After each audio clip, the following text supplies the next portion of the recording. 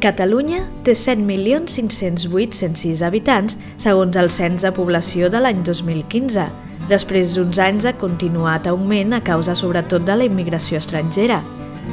Des que es va iniciar el segle, s'ha produït un increment d'1 milió de persones, fet que situa Catalunya amb un creixement del 3,4 per mil per sobre de la mitjana espanyola i europea. El creixement es correspon quasi fil per randa amb el nombre d'estrangers que actualment viuen a Catalunya, prop d'1 milió.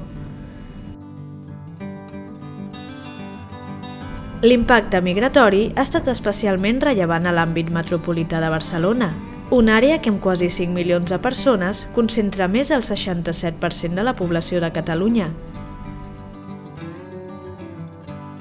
El primer cop que es van superar els 7 milions d'habitants va ser l'any 2006. Des d'aquell moment, la comunitat representa el 16% del conjunt d'Espanya i és la segona amb més població, només per darrere d'Andalusia.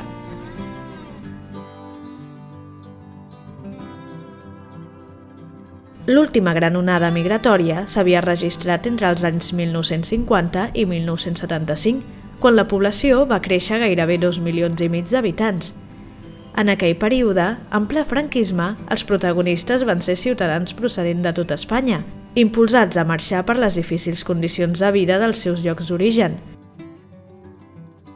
Aquella immigració va fer créixer ràpidament i de forma desordenada la ciutat de Barcelona i la seva conurbació.